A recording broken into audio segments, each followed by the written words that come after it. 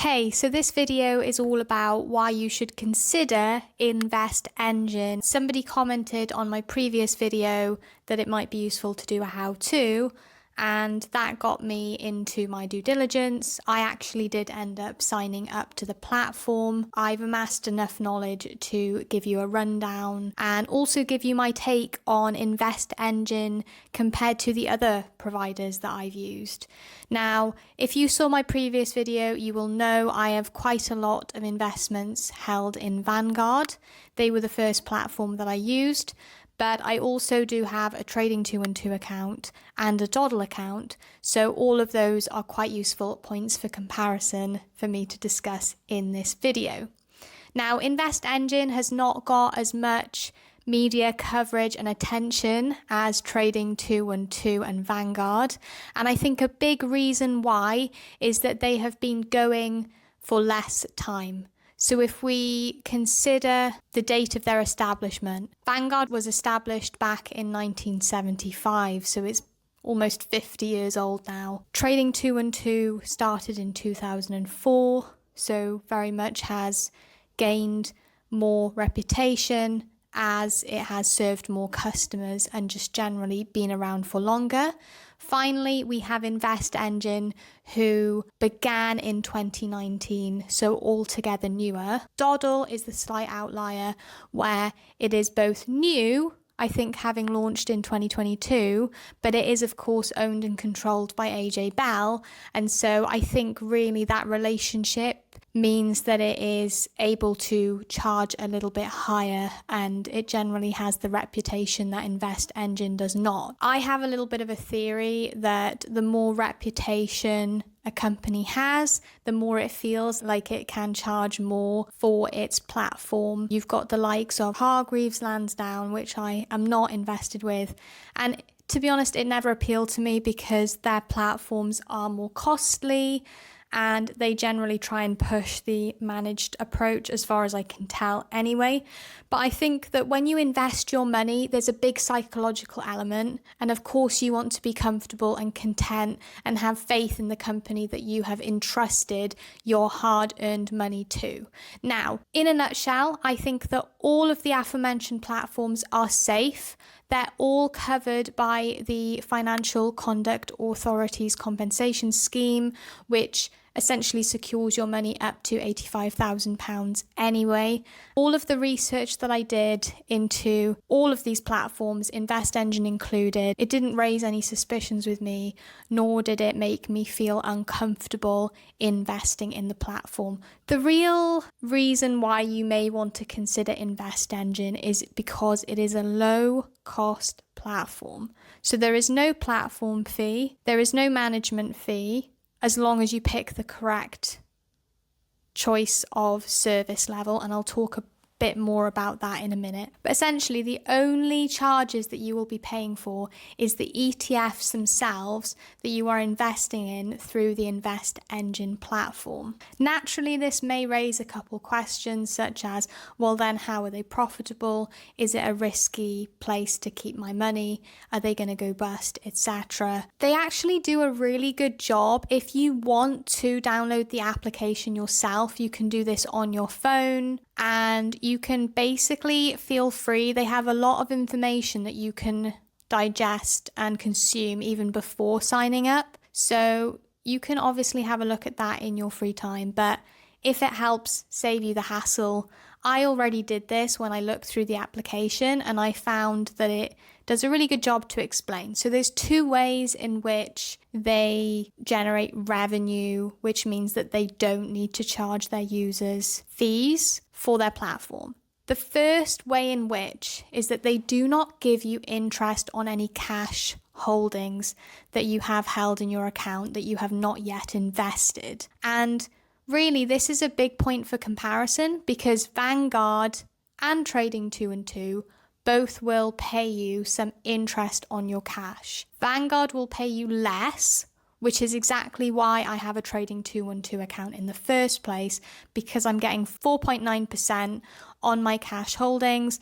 I actually use that as my emergency fund because it's easy access and I like to get the 20 quid a month that it affords me.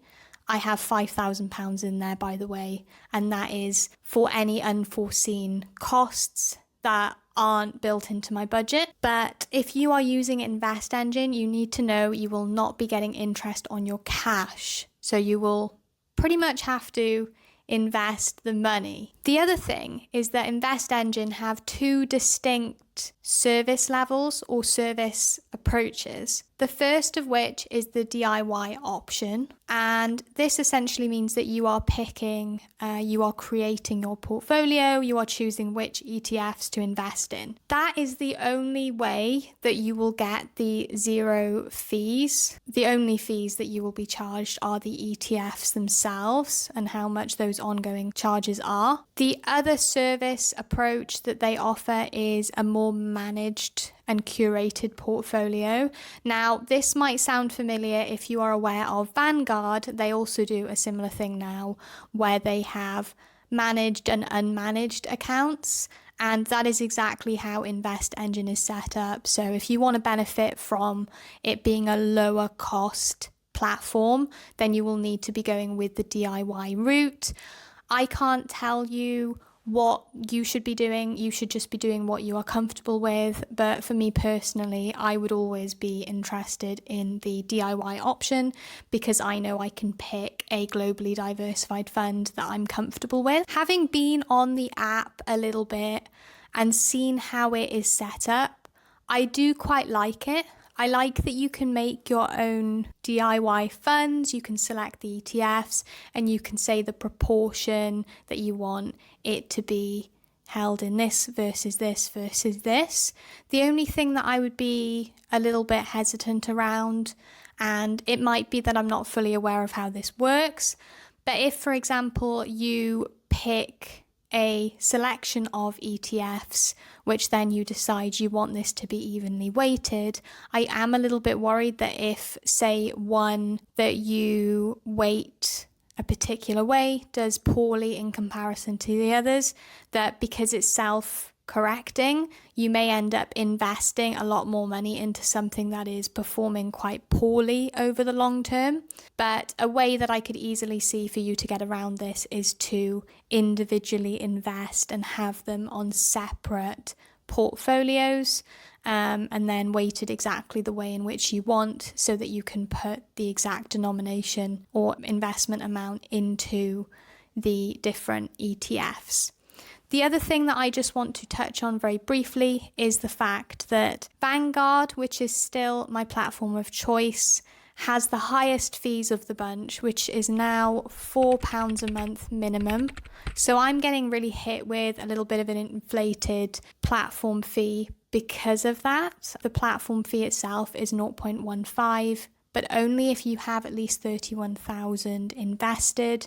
Because I fall short of that threshold, I'm probably getting hit with a 0.19 or so fee.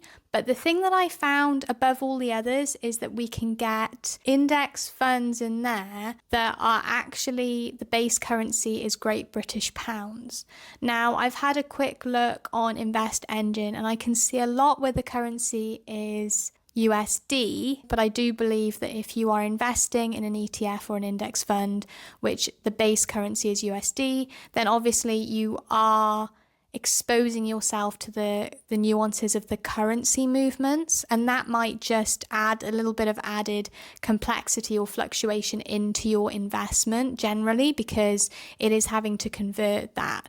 And so something that I would consider as a benefit, or something that I would look out for on those ETFs, is if they are hedged for Great British pounds, which again is meant to offset that variation in the currency fluctuations. But because Vanguard is actually based in Great British pounds, I feel more comfortable with that.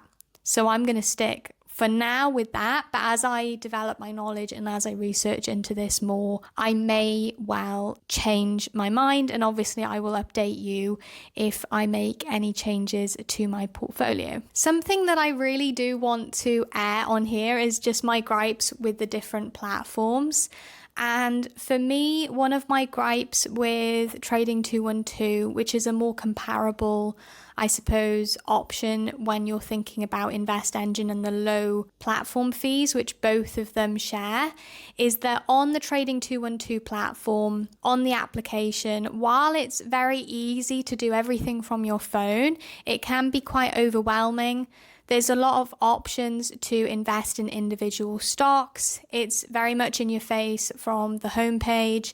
And also there are more risky investments that kind of get, again, thrown in your face and almost pushed onto you. So if you don't want to engage in the more riskier investment types, but equally you think that you might be tempted by constantly being shown all of these on screen, then maybe that is a reason to consider InvestEngine, which up to this point I have found to be less in your face, and they only do ETFs, so in general, you're going to have less of that temptation dangled in front of you. The other thing with Trading 212 is that it can honestly be easy to get lost in the app, so if you're not that tech savvy, you may end up finding yourself the wrong part of the app and then not able to find what you wanted. It took me a little while to get used to where I could find my cash holdings and to check daily or the tracker on how much interest I was getting, but I did eventually get used to it. And also for me, I have not been tempted to invest in individual stocks or do any of that sort of thing. So I personally am fine with it. It's just something for someone else to potentially be aware of. Now, you might remember I mentioned Dodl for a brief moment.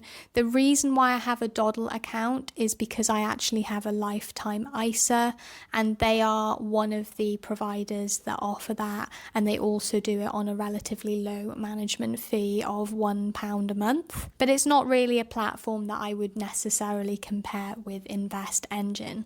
Now, having looked at some of the ETFs that InvestEngine have available, and they have quite a few for you to look at, I noticed that they have the FTSE All World Index Accumulating ETF available.